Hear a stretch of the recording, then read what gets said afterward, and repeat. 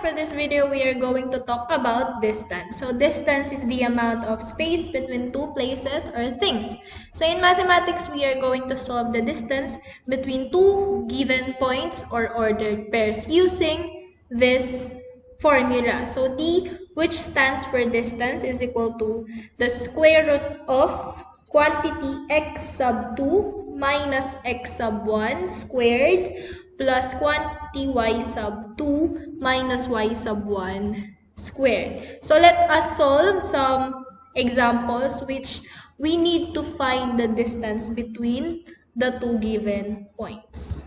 So let's say we have this first example. So we are going to find the distance between negative or quantity negative 3 and 2 and quantity 6 and negative 4. So first, before we use the formula for the distance, we need to assign values to these ordered pairs. So mag-a-assign tayo kung sino si x sub 1, si x sub 2, si y sub 1, and si y sub 2. Kasi sa formula for distance, yun yung mga values na nakasulat, diba? So we need to assign those values to these numbers sa ordered pairs.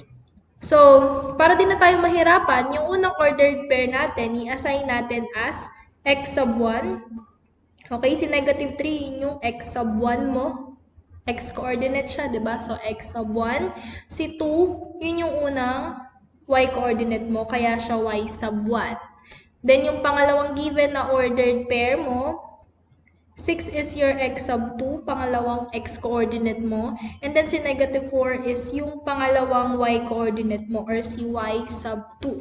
So now that you assign values to the ordered pair, we can now solve for the distance. Using the formula for distance, which is d is equal to square root of quantity x sub 2 minus x sub 1 squared plus quantity y sub 2 minus y sub 1 squared. Okay? So, first is we need to substitute yung values ng x sub 1 and 2 as well as y sub 1 and 2. So, d is equal to square root of, and then quantity, yung x sub 2 mo is 6. So, just write 6 there, minus x sub 1 mo is negative 3. So, para hindi tayo malito kung ano yung sign and operational na sign, lagyan natin ng parentheses. Okay? So, parentheses and then negative 3. And then, naka-square siya. Plus, and then, next is substitute natin yung values ni y sub 1 and y sub 2. Y sub 2 mo is negative 4. So, write natin negative 4 minus y sub 1 mo is 2. Okay, and then squared. And then, next that we need to do is to solve yung terms or numbers inside the parentheses.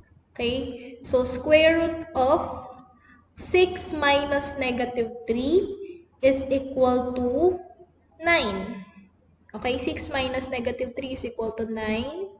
So, sulat natin 9. And then, si 9 is naka-square. Okay? And then, plus natin kay negative 4 minus negative 2. The answer is negative 6.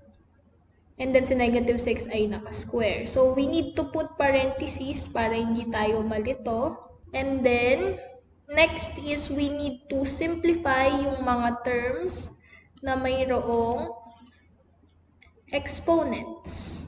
I'm going to continue the solution here. So, we have d is equal to square root of 9 squared is equal to 81 plus negative 6 squared is equal to 36. And then, solve natin yung terms inside the radical sign. 81 plus 36 is equal to 117. And then, we need to see if square root of 117 can be simplified pa. So, paano natin malalaman kung pwede ba natin i-simplify si square root of 117? So, we need to look for factors ni 117 na perfect square. Okay? So, I believe pinag-aralan nyo na to when you were on grade 9. So, the factors can be either 1, except 1, okay? 4, 9, 25, 36, 49, and 64, 81, 100, 121, and so on. Dapat yun yung factor ni 117 para ma-simplify pa natin siya. So in this case, si 117, meron pa siyang factor na perfect square, which is 9. So we will factor out 117, and pag finactor out natin siya, it will be 9 times 13. Kinuha natin si 9 kasi 9 is a perfect square number. Okay? And 9, kapag minultiply natin kay 13, it will result to 117. And then, if we simplify this, it will become, kukunin natin yung square root ng 9, so that will be equal to 3. And then, square root of 13, we cannot simplify that. So, just rewrite square root of 13. And this will be now your answer. So the distance is equal to 3 square root of 13. Next is, let's say we have this second example, and we will be finding the distance between the points, quantity 7 and negative 10, as well as quantity 3 and 4. So first is we need to again assign the values for x sub 1, x sub 2, as well as y sub 1 and y sub 2. So, yung unang ordered pair, that will be your x sub 1 and y sub 1. The second one will be your x sub 2 and y sub 2. And then, pag natapos mo na siyang i-assign, we can now solve the distance using the distance formula. So, d is equal to square root of quantity x sub 2 minus x sub 1 squared plus quantity y sub 2 minus y sub 1 squared. And then, substitute natin yung values ni x sub 1, x sub 2, as well as y sub 1 and y sub 2. So, x sub 2 natin, we have 3 minus x sub 1 is 7, and then squared, plus quantity y sub 2 mo is 4, minus y sub 1 mo is negative 10. So we need to put a parenthesis para mahiwala yung operational na sign sa sign ni 10, which is a negative.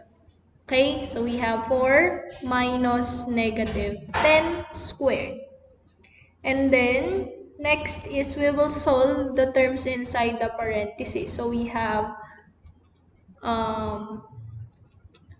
square root of, so first is 3 minus 7, that will be equal to negative 4. And then negative 4 is naka-square. So we need to put a square there. So negative 4 squared plus 4 minus negative 10, that will be equal to 14. Okay, so 14 squared. And then next, simplify natin yung mga terms na may exponent. Okay, so negative 4 squared can be simplified as 16. Okay, plus 14 squared is equal to 196. Continuing the solution here, we have d is equal to square root of 16 plus 196 is equal to 212. And then, simplify natin si square root of 212, hanap tayo ng factor niya na perfect square if meron siyang factor na perfect square. Okay? So in this case, si 212, meron siyang factor na perfect square which is 4. So, i-factor out natin siya. So, square root of 4 times 53. Okay? Finactor out natin si 212. Kinuha natin si 4 kasi 4 is its factor na perfect square and 4 times 53 is equal to 212. So, 53 yung another factor niya na hindi perfect square. And then, pag sinimplify natin to, it will become like this. Square root of 4 is equal to 2. And then square root of 53, we cannot get that. So, write natin square root of 53. And that will be your distance. So, the distance is 2 and square root of 53. Last example, paano naman if yung given natin is being represented using a figure, just like this example number 3. So, we have a right triangle and yung points niya, we have A, B, and C given yung corresponding ordered pair for each point. Okay, like point A is 12 and 5. Point B is 3 and 5. Point C is negative 6 and 8. And we will be, let's say, finding the distance between point A and point C. So, first, assign natin yung values for x sub 1, x sub 2, y sub 1, and y sub 2. So, yung unang point natin, which is A, assign natin siya as x sub 1 and y sub 1. And then point C, assign natin siya as x sub 2 and y sub 2. And then we can now solve for their distance.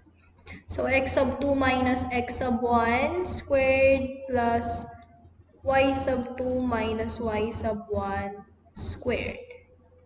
So, D is equal to, substitute natin yung values for x sub 1, x sub 2, as well as y sub 1 and y sub 2. So, x sub 2 natin is negative 6. So, write natin dyan is negative 6 minus x sub 1 natin is 12. So, negative 6 minus 12 squared plus y sub 2 natin is 8 minus y sub 1 natin is 5 and then naka-squared din sila. Next is, solve natin yung terms inside the parentheses. So, we have negative 6 minus 12. That will be equal to negative 18. And negative 18 is naka-square. Okay? Plus, we have 8 minus 5. That will be equal to 3. 3 is naka-square din. Next is, we need to simplify yung mga terms na may exponent. So, negative 18 squared, that will be equal to 324 plus 9. And then 324 plus 9, that will be equal to 333. So, here, we can factor out 333 by finding kung meron siyang factor na perfect square. So, in this case, meron siyang factor na perfect square, and that is 9. Okay? So, factor out natin si 333. That will be equal to 9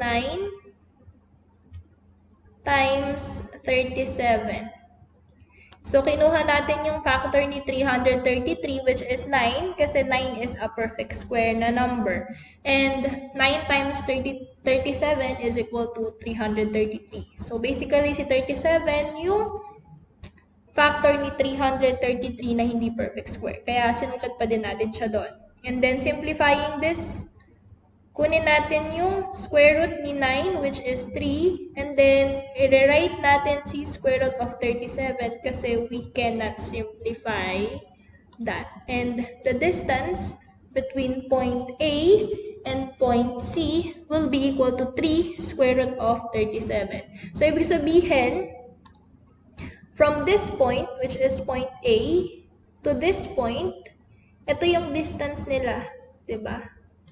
So, kapag mineasure natin yung distance nila, that will be equal to 3 square root of 37.